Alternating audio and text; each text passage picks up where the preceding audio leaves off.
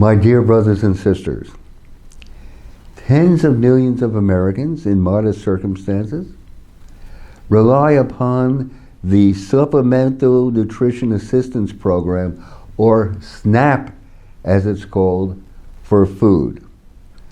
More than 20% of the food they buy is junk food.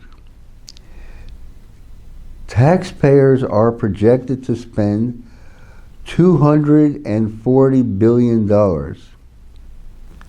on junk food, with more than 60 billion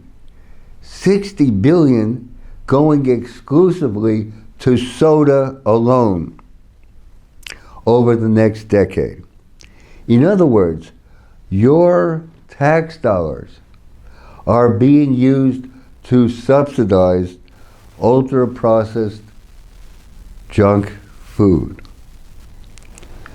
But the total cost, tragically enough, is far greater. Closely related to junk food is obesity.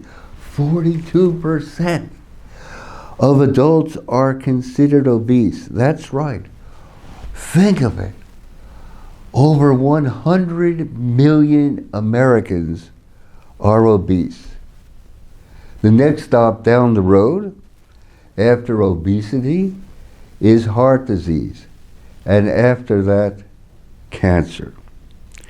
Needless to say, these conditions are extremely expensive, costing hundreds of billions of dollars in medical costs each year. Mark Rubio, a senator from Florida, is about to introduce a bill that would exclude soda and prepared desserts from SNAP. In our opinion, Mark Rubio's proposal would have little or no effect. Junk foods are addictive.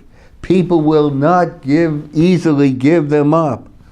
I recall the long lines outside of junk food stores at the height of the pandemic. So the proposal is naive and simplistic. It will not work.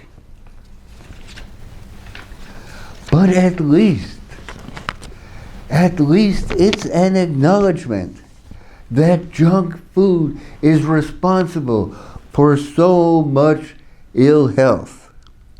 And coming from a senator, that's a step forward. I suggest an alternative. Instead of mechanistically barring people from using food stamps to buy junk food, I say, let's engage them. Let's give them a chance. Give them a chance to grow at least a part of the food that they eat. I see them working in community gardens everywhere. I see them working with friends and neighbors in community gardens. I see them working with family farmers out there on the land. Recall the WPA program instituted by Franklin Roosevelt during the Great Depression. This was a national program. Instead of people hang out on street corners, they were given a chance. They were given a chance to help in the construction of national parks, roads, buildings, dams, and other useful projects. To this day, if you look on many post office buildings, and if you look in national parks, you'll see a placard saying this was built by the WPA. I'm suggesting that we dare engage people. We dare engage the people on SNAP, that we recruit them. We form brigades. We form Victory Garden brigades.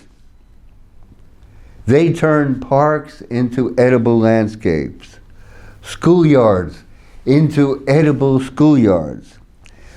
They go out to work shoulder by shoulder with family farmers on this American earth, growing magnificent food. What I'm suggesting is that we give our fellow Americans on SNAP a chance to grow at least a part of the food they eat. And at the same time, their self-esteem and self-respect will flourish. Behold, the junk food problem will resolve itself. So, brothers and sisters, let's turn this around. Let's plant here a garden for the American spirit. It's my privilege to share with you. Please write your comments down below. They're precious to us. We want to hear from you. Thank you, brothers and sisters. Let us go forward.